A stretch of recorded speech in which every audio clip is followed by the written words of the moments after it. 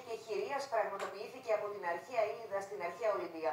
Διοργανωτές και συμμετέχοντες διένυσαν το μονοπάτι της εκεχηρίας, μια διαδρομή 50 χιλιόμετρων, στον τόπο όπου γεννήθηκαν οι Ολυμπιακοί Αγώνες. Στον τόπο που γεννήθηκαν οι Ολυμπιακοί Αγώνες και κάθε 4 χρόνια οι αρχαίοι Έλληνες ενωνόντουσαν για να τιμήσουν τους θεούς τους, η Συμπολιτεία Ολυμπίας διοργάνωσε για 10η συνεχόμενη χρονιά τον δρόμο της εκεχηρίας.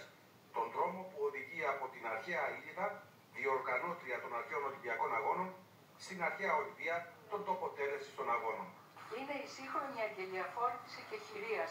Αυτοί που θα φύγουν από εδώ αύριο θα πάνε στις χώρες τους, θα πάνε στις πόλεις τους, οι Έλληνες, οι ξένοι, και θα δώσουν το μήνυμα της εκεχηρίας που γεννήθηκε εδώ, σε αυτόν τον ιερό τόπο της Ήλιδας και της Ολυμπίας. Αθλητές και αθλήτριες από 24 χώρες του κόσμου συμμετείχαν στο φετινό μονοπάτι της εκεχηρίας, στον δρόμο της εκεχηρίας από την αρχαία Ήλιδα μέχρι την αρχαία Ολυμπία, απόστασης 50 χιλιόμετρων. Σαν Έλληνας της διασποράς, αισθάνεσαι λίγο παραπάνω Έλληνας από Έλληνας. Έρχομαι όλα αυτά τα χρόνια και προσπαθώ να μεταλαμπαδεύσω αυτές τις αξίες στη χώρα που ζω, αλλά και πέρα από τη χώρα που ζω. Στον δρόμο Ολυμπιακής Εκεχηρίας 2025 έλαβαν μέρος 450 αθλητές από την Ελλάδα και από 24 χώρες από όλο τον κόσμο, διατρανώνοντας με τον καλύτερο τρόπο το μήνυμα της εκεχηρίας και της ειρήνης.